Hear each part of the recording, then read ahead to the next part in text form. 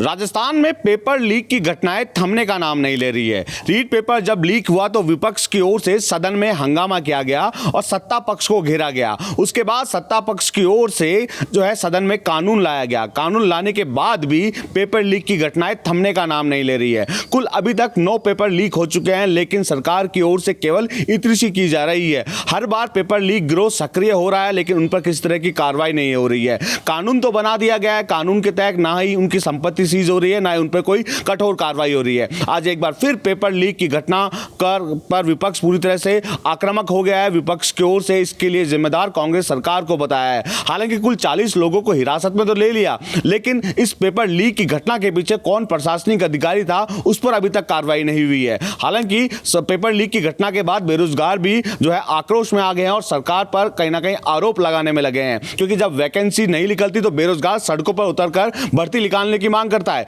भर्ती निकाल दी जाती है, लेकिन उसे विसंगतियों का हवाला देकर कोर्ट मटका दिया जाता है या फिर पेपर लीक की घटना हो जाती है। ऐसे में बेरोजगार पूरी तरह से हताश हो गया है और सरकार पर लगातार दबाव बनाने में लगा है कि जो कानून लाया गया है उसके तहत कार्रवाई की जाए। लेकिन कानून आने के बाद भी 2 से 3 पेपर आउट हो गए हैं। पूर्व में देखने को मिला वन रक्षक का पेपर भी आउट हुआ, लेकिन उसके बाद भी जो है कार्रवाई नहीं हुई। निवारू की घटना, निवारू में जब स्कूल संचालक की ओर से पेपर आउट किया गया, पेपर लीक किया गया, उस पर भी कार्रवाई नहीं की गई, ना स्कूल को सीज किया गया। कहीं ना कहीं विपक्ष का कहना है कि राजनीतिक दबाव के चलते पेपर आउट हो रहे हैं, प्रशासनिक अधिकारी किसी तरह की कार्रवाई नहीं कर रहे, जिसके चलते बेरोजगार पूरी तरह से हताश हो गया है। बेरोजगार अब सरकार को घेरने के लिए पूरी तरह से तैयार हो गया है, क्योंकि एक के बाद एक पेपर आउट हो रहे हैं, तो इसको लेकर बेरोजगार भी सरकार को घेरने में लगे हैं। अब जिस तरह पेपर आउट हुआ है, जो परीक्षा केंद्र वहां पर जो अभ्यर्थी थे वो तो पहुंच गए, लेकिन पेपर की लीक की घटना के बाद कहीं ना कहीं सरकार पर कहना सवालिया निशान खड़े हो गए हैं। आखिर सरकार कार्रवाई क्यों नहीं करती? कानून तो बना दिया गया है, कानून की पालना क्यों नहीं हो रही? अगर सख्त कानून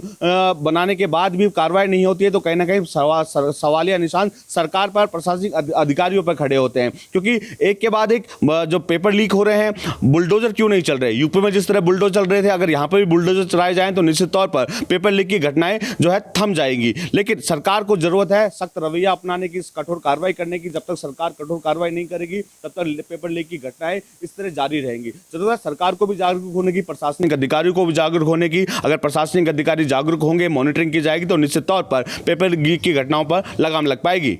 वसंत पांडे, TV9 जयपुर।